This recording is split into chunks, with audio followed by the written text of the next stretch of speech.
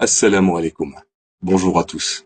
Aujourd'hui, je me permets de publier une vidéo sur un sujet qui concerne toute la communauté musulmane. Ce sujet concerne les boissons de la marque Coca-Cola Company. Alors je parle bien évidemment de Coca-Cola, Fanta, Sprite et toutes les autres boissons de la compagnie. Disons-le sans détour, dans le Coca, il y a de l'alcool. Et ce n'est pas une information étendue par un frère qui l'a entendu par un frère, qui l'a entendu d'un cher, qui lui-même la tient d'un autre cher, ami d'un scientifique qui travaille dans une société en étroite collaboration avec la firme Coca-Cola. Non, l'information vient directement du service consommateur de Coca-Cola.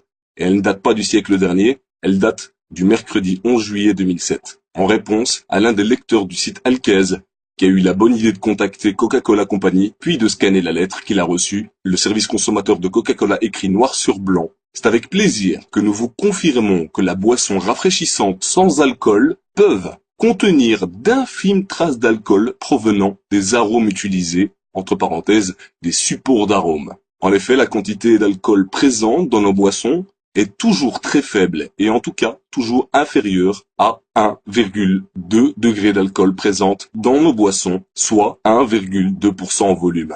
Seuil réglementaire pour les boissons sans alcool. Coca-Cola et les boissons de la même marque Fanta, Sprite contiennent de l'alcool ou peuvent contenir de l'alcool. Et même si le service client s'efforce de minimiser les choses en parlant de traces infimes, il avance un chiffre qui rend impossible toute objection. La quantité d'alcool peut atteindre 1,2% en volume. Autrement dit, une bouteille de Coca-Cola de 1,5 litre peut contenir jusqu'à 1,8 centilitres d'alcool. Vous imaginez? Et on sait très bien qu'il y en a qui sont accros au Coca-Cola. Ce chiffre va leur donner des idées de tout l'alcool qu'ils ont pu avaler. Alors si on fait la conversion entre la quantité d'un pack de bière, on a en effet vite fait de remplir des canettes de bière de 1,8 centilitres d'alcool. Alors plus sérieusement, ce qui m'a poussé à enregistrer cette vidéo, c'est le comportement de certains soi-disant musulmans. Il suffit d'ouvrir les yeux, d'aller dans les commerces et de voir si les musulmans vendent effectivement cette boisson.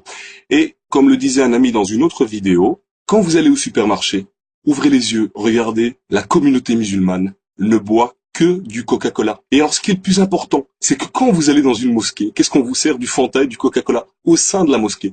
Alors, à part le fait qu'il y a de l'alcool, sachez que boire du Coca-Cola, c'est financer, je dis bien, aider le gouvernement israélien à tuer chaque jour des Palestiniens. Vous imaginez le nombre d'argent que vous avez pu donner dans votre vie à la compagnie Coca-Cola. Pour ma part, il est inconcevable de donner 1 centime à Coca-Cola ou à toute autre société ou entreprise.